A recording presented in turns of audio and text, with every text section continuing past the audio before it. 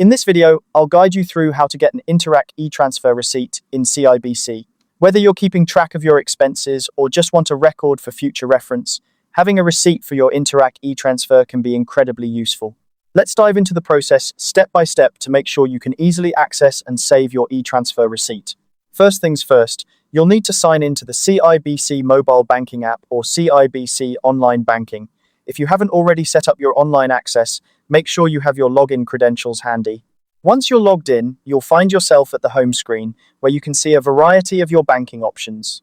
Next, tap on the main menu located in the top left corner of your screen. This menu is your gateway to all the features Cibc has to offer. From this menu, you'll want to select Interac e-transfer. This option will lead you to the section specifically dedicated to managing your e-transfers.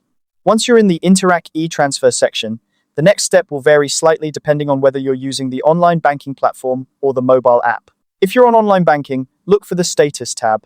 If you're using the mobile app, you'll want to tap on History.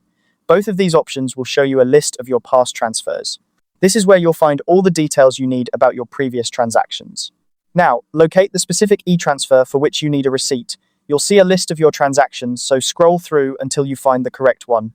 Once you've found it, select it to view the transaction details. Here, you'll be able to see important information such as the confirmation number, the date of the transaction, the recipient, and the amount transferred. This detailed view is essentially your receipt. To save this information, you have a couple of options. If you're on a mobile device, the simplest way is to take a screenshot. This method is quick and easy, ensuring you have a digital copy saved in your photo gallery. Alternatively, if you're using a desktop or laptop, you can use the print option. This can be found within your browser settings, allowing you to either print the receipt on paper or download it as a PDF. Having a PDF is particularly handy if you need to send the receipt via email or store it digitally. And there you have it. That's how you get an Interac e-transfer receipt in Cibc.